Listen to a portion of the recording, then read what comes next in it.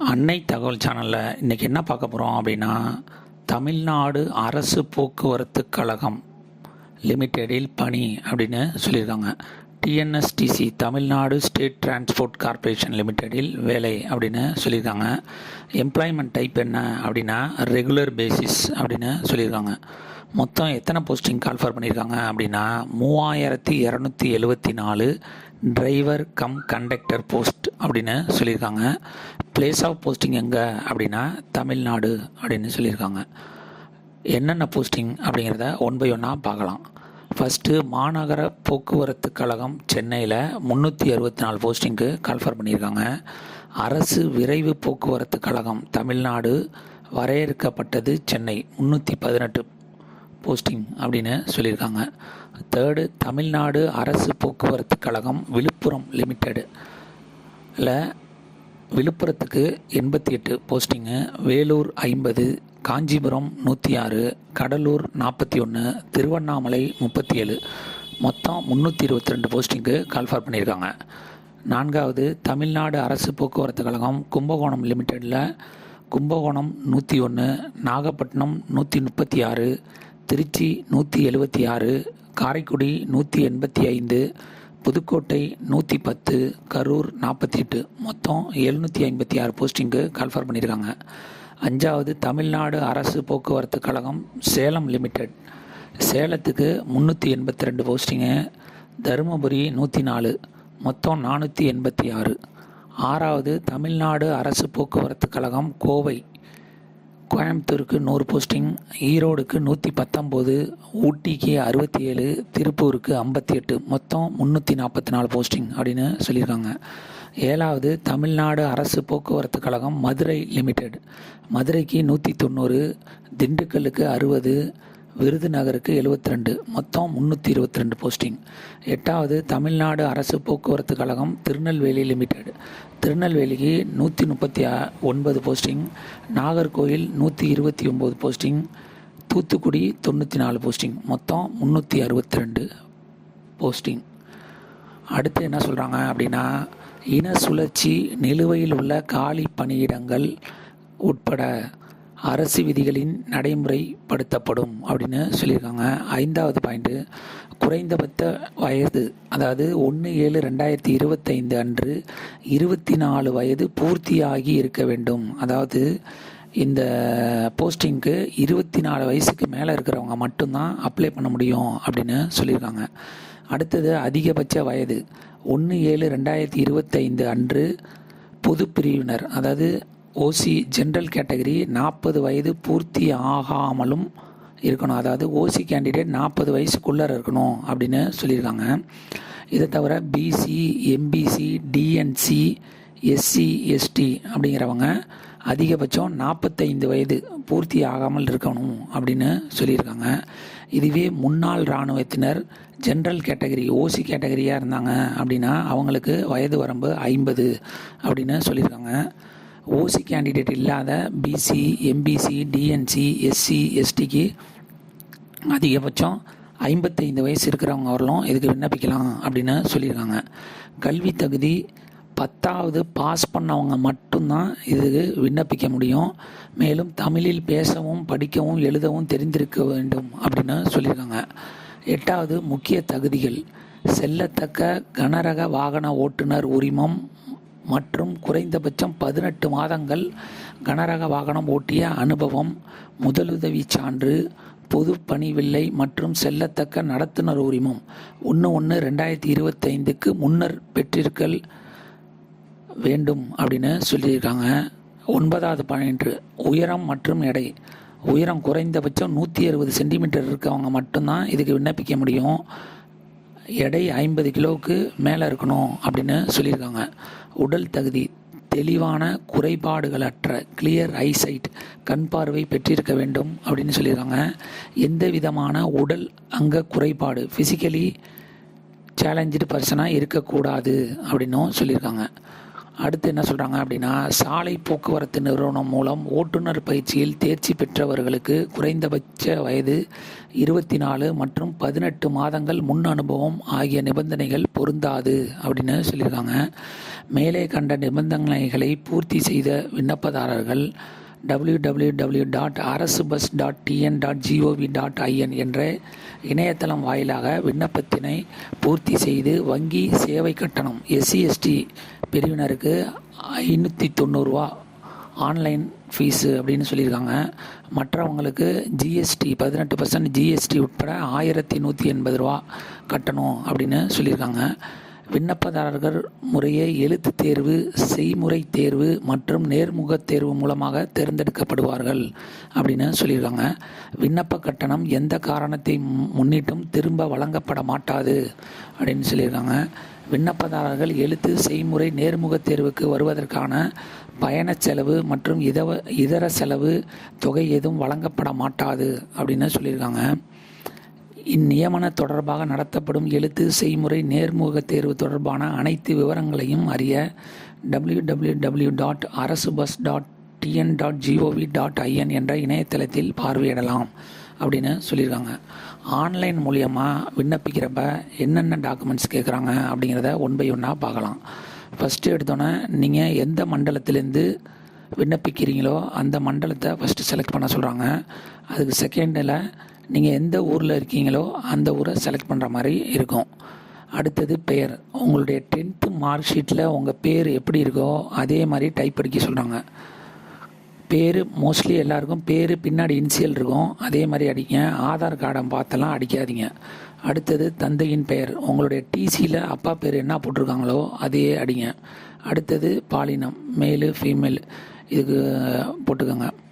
அடுத்தது அலைபேசி எண், கான்டாக்ட் நம்பர், வாட்ஸ்அப் நம்பர் என்ன வச்சுருக்கீங்களோ அதையே கொடுங்க. அதே நம்பரை மறுபடியும் கொடுக்க சொல்லியிருக்காங்க. ஆல்டர்னேட்டிவ் செல் நம்பர், அப்பாவோடது, அம்மாவோடது, மனைவியோடது, குழந்தைங்களோடது, யாராவது ஒருத்தவங்களோட ஆல்டர்னேட்டிவ் செல் நம்பரு கேட்டிருக்காங்க. அதே மாதிரி மெயில் ஐடி, அதையும் உங்கள் செல்லில் இருக்க மெயில் ஐடி கரெக்டாக செக் பண்ணி பார்த்து போடுங்க. அடுத்தது முகவரி, தொடர்பு முகவரி மற்றும் நிரந்தர முகவரி அப்படின்னு 2 கேட்டிருக்காங்க. அதை கரெக்டாக என்ட்ரி பண்ணிக்கங்க. அடுத்தது பிறந்த இடம், எந்த மாவட்டத்தை சார்ந்தவர், பிறந்த தேதி, எந்த மதம் அப்படின்னு கேட்டிருக்காங்க. இனம் என்ன அப்படின்னு கேட்டிருக்காங்க. ஜாதி சான்றிதழ், ஜாதி சான்றிதழ்ங்கிறப்ப ஃபோட்டோவோட உள்ள ஜாதி சான்றிதழை வச்சு அப்ளை பண்ணுறது நல்லது. அடுத்தது உங்களுக்கு தமிழில் எழுத, படிக்க, பேச தெரியுமா அப்படின்னு கேட்டிருக்காங்க. அதையும் குறிச்சிக்கோங்க. நீங்கள் ஒரு இந்திய குடிமகனா, 10ஆம் வகுப்பு தேர்ச்சி அல்லது சமமான தகுதியுடையவரா அப்படின்னு கேட்டிருக்காங்க. அடுத்தது நீங்கள் ஒரு முன்னாள் இராணுவத்தினரா அப்படின்னு கேட்டிருக்காங்க. 10th மார்க் ஷீட்டு எந்த போர்டில் படிச்சிங்க, ஸ்டேட் போர்டா சென்ட்ரல் போர்டா அப்படிங்கிறத செலக்ட் பண்ணிக்கிங்க. SSLC சர்டிஃபிகேட் நம்பர் கேட்டிருக்காங்க. எந்த வருஷம் முடிச்சிங்க அப்படிங்கிற டீட்டெயில் கேட்டிருக்காங்க. சில பேர் அரியர் வச்சு முடிச்சிருந்தாங்க அப்படின்னா அவங்க கடைசியாக முடித்த சர்டிஃபிகேட் நம்பர் மற்றும் முடித்த வருஷத்தை என்ட்ரி பண்ணுங்கள். அடுத்தது டிரைவிங் லைசன்ஸ், ஓட்டுநர் உரிமம் எண் கேட்டிருக்காங்க. ஓட்டுநர் உரிமம் பெற்ற இடம், உரிமம் முடியும் தேதி, லைசன்ஸ் எப்போ முடியுது அப்படிங்கிற டீட்டெயில் கேட்டிருக்காங்க. அடுத்தது பேட்ச் எண் கேட்டிருக்காங்க. அதுக்கு முன்னாடி ஐஆர்டியில் பயிற்சி பெற்றவரா அப்படின்னு கேட்டிருக்காங்க. ஐஆர்டியில் பயிற்சி பெற்றிருந்தீங்க அப்படின்னா எஸ்ன்னு போடுங்க. பேட்ச் எண் என்ன அப்படின்னு கேட்டிருக்காங்க. பேட்ச் தேதி கேட்டிருக்காங்க. கனரக வாகன உரிமம் பெற்ற இடம், கனரக வாகனம் உரிமம் பெற்ற தேதி கேட்டிருக்காங்க. அரசு ஆணை எண், தேதியின்படி அரசு அங்கீகரிக்கும் நிறுவனத்தால் வழங்கப்பட்ட முதலுதவி சான்றிதழ், ஃபர்ஸ்ட் எய்டு சர்டிஃபிகேட் வச்சுருக்கீங்களா அப்படின்னு கேட்குறாங்க. முதலுதவி முடியும் தேதி அப்படின்னு கேட்டிருக்காங்க. அடுத்தது எக்ஸ்பீரியன்ஸ் சர்டிஃபிகேட்டு, ஓட்டுவதற்கான அனுபவ விவர சான்று, எத்தனை வருஷம் எக்ஸ்பீரியன்ஸ் இருக்குது, எத்தனை மாதம் எக்ஸ்பீரியன்ஸ் இருக்குது அப்படிங்கிறத கேட்டிருக்காங்க. அடுத்தது கண்டக்டர் லைசன்ஸ், நடத்துனர் உரிமம் எண் கேட்குறாங்க. நடத்துனர் உரிமம் பெற்ற இடம், பேட்ச் எண் என்ன, பேட்ச் வழங்கப்பட்ட தேதி என்னைக்கு, நடத்துனர் உரிமம் வழங்கப்பட்ட தேதி மற்றும் உரிமம் முடியும் தேதி அப்படின்னு கேட்டிருக்காங்க. அடுத்தது எம்ப்ளாய்மெண்ட்டில் பதிவு பண்ணியிருக்கீங்களா அப்படின்னு கேட்டிருக்காங்க. அடுத்தது உடல் தகுதி, உயரம், ஹைட்டு எவ்வளோ, வெயிட் எவ்வளோ அப்படின்னு கேட்டிருக்காங்க. அடுத்தது ஐடென்டிஃபிகேஷன் மார்க், உங்களுடைய டிசியில் மோஸ்ட்லி இருக்க வாய்ப்பு இருக்குது. இல்லை அப்படின்னா உங்களுடைய ஐடென்டிஃபிகேஷன் மார்க்கு வெட்டுக்காயம், தழும்பு, மச்சம். இதில் 2 ஆப்ஷன், 2 இது கொடுக்க சொல்லியிருக்காங்க. 2 இது கொடுத்துருங்க. தெளிவான கண் பார்வை கொண்டவரா அப்படின்னு கேட்டிருக்காங்க. அடுத்தது பார்வையின் நிலை, வண்ண குருட்டுத்தன்மை நிலை, உடல் குறைபாடு எதுவும் இல்லாதவரா அப்படின்னு கேட்டிருக்காங்க. சிவில் கிரிமினல் குற்றங்களில் நீங்கள் எப்போதாவது தண்டிக்கப்பட்டுள்ளீர்களா? கிரிமினல் குற்றங்கள், சிவில் கிரிமினல் குற்றங்கள் தற்போது நிலுவையில் உள்ளதா அப்படின்னு கேட்டிருக்காங்க. எக்ஸாமினேஷன் சென்டர், நீங்கள் எந்த எக்ஸாமினேஷன் சென்டர் செலக்ட் பண்ணுறீங்களோ அது 3 எக்ஸாமினேஷன் சென்டர் செலக்ட் பண்ண சொல்லியிருக்காங்க. அதை செலக்ட் பண்ணுங்கள். கடைசியாக நம்ம என்ன பார்க்குறோம் அப்படின்னா, கீழ்கண்ட இனங்களின் தகுதியானவற்றை செய்யும். இதில் நிறையா முன்னுரிமை கொடுத்துருக்காங்க. அது என்னென்ன அப்படிங்கிறத வேகமாக பார்க்கலாம். கோவிட்-19 தொற்றால் தந்தை மற்றும் தாயை இழந்த வாரிசுகளின் மகன் அல்லது மகள் இந்த சர்டிஃபிகேட் வச்சுருந்தீங்க அப்படின்னா இந்த செக் பாக்ஸை டிக் பண்ணிக்கிங்க. அடுத்தது முதல் தலைமுறை பட்டதாரியா அப்படின்னு கேட்டிருக்காங்க. 3வது பாயிண்ட் முக்கியமானது, தமிழக அரசு பள்ளியில் தமிழ் மொழியில் பயின்ற நபர்கள். தமிழக அரசு பள்ளி அப்படிங்கிறத தெளிவாக கொடுத்துட்டாங்க. அரசு உதவி பெறும் பள்ளி இதில் வராது, அதையும் பார்த்துக்கோங்க.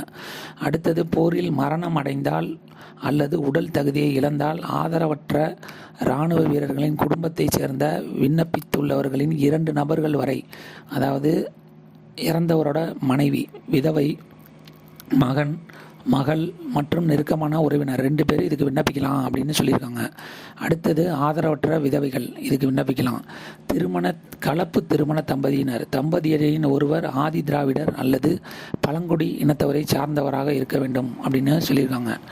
அடுத்த பாயிண்ட், முன்னாள் இராணுவத்தினர் அல்லது அவர்களது மனைவி அல்லது மகன்கள் அல்லது திருமணமாகாத மகள்கள் மற்றும் தற்போது பணியில் உள்ள இராணுவத்தினரின் மனைவி அல்லது மகன்கள் அல்லது திருமணமாகாத மகள்கள். இந்த கேட்டகரியில் யாராவது வந்தீங்கன்னா இதை டிக் பண்ணிங்க. அடுத்தது, சுதந்திர போராட்ட தியாகிகள் மற்றும் தமிழ் மொழி காவலர்களின் நேரடி வாரிசுகள். அடுத்தது, பர்மா, இலங்கை, கென்யா, உகாண்டா மற்றும் தான்சானியா நாடுகளிலிருந்து தாயகம் திரும்பிய மறு குடியேற்ற இந்தியர்கள். இந்த சர்டிஃபிகேட் வச்சுருந்தீங்கன்னா இதை டிக் பண்ணிக்கலாம். அரசு பொதுத்துறை நிறுவனங்களில் திட்டங்களுக்காக பொதுமக்களின் நிலங்கள் அரசால் கையகப்படுத்தப்பட்டிருப்பின் அந்த குடும்ப உறுப்பினர்கள் எவரேனும் இருந்தால் இதுக்கு விண்ணப்பிக்கலாம் அப்படின்னு சொல்லியிருக்காங்க. மாநில அரசு பணியில் இருந்து விடுவிக்கப்பட்டவரும் இதுக்கு விண்ணப்பிக்கலாம். மீட்கப்பட்ட கொத்தடிமைகள் அல்லது அவர்களது மகன் அல்லது திருமணமாகாத மகள் இதுக்கு விண்ணப்பிக்கலாம். தமிழ்நாடு அரசின் கீழ் வரும் விழிப்புணர்வு நிறுவனங்கள் மற்றும் சீர்திருத்த பள்ளிகளிலிருந்து இல்லத்தரசிகள் மற்றும் முன்னாள் இராணுவத்தினர்கள் விண்ணப்பிக்கலாம். இந்த இருமொழி திட்டம் செயலாக்கத்தினால் பணியிழந்த இந்தி மற்றும் இதர மொழி ஆசிரியர்கள் இதுக்கு விண்ணப்பிக்கலாம். பிராந்திய இராணுவத்தின் 6 மாதத்துக்கு மேல் பணிபுரிந்து பின்னர் பணியிலிருந்து விடுவிக்கப்பட்டதை தொடர்ந்து பிராந்திய இராணுவத்தின் பகுதி நேர பணியாளராக பணிபுரிந்தவரும் இதுக்கு விண்ணப்பிக்கலாம். அவசர காலத்தில் பிராந்திய படை மற்றும் துணை விமானப்படையினரால் சேர்க்கப்பட்டு தொடர்ச்சியாக 6 மாதங்களுக்கு மேல் பணிபுரிந்து பின்னர் பணியிலிருந்து விடுவிக்கப்பட்டவர்கள் சர்டிஃபிகேட் வச்சுருந்தா இதுக்கு விண்ணப்பிக்கலாம். பணியிலிருந்து விடுவிக்கப்பட்ட மக்கள் தொகை கணக்கெடுப்பு நிறுவன பணியாளர்கள் இதுக்கு விண்ணப்பிக்கலாம். 11/12/1984 வரையில் குறைந்தது 1 வருட காலம் பணிபுரிந்த இளைஞர் சேவைப்படை தன்னாளர்கள் சர்டிஃபிகேட் வச்சுருந்தீங்கன்னா அவங்களும் இதுக்கு விண்ணப்பிக்கலாம் அப்படின்னு சொல்லியிருக்காங்க. இந்த கேட்டகரியில் உங்களுக்கு எந்த சர்டிஃபிகேட் இருக்கோ அதை டிக் பண்ணி அதெல்லாம் அப்லோட் பண்ணுற மாதிரி இருக்கும். அந்த சர்டிஃபிகேட்டை ஃபஸ்ட்டு ரெடி பண்ணிக்கிங்க. கடைசியில் கேப்ஷா போட்டு பேமெண்ட் கட்ட வேண்டியதான். விண்ணப்பிக்க கடைசி நாள் 21/4/2025. டிஸ்கிரிப்ஷனில் லிங்க் கொடுத்துருங்க. விண்ணப்பித்து வெற்றி பெற்று பணியில் சேருக. நன்றி, வணக்கம்.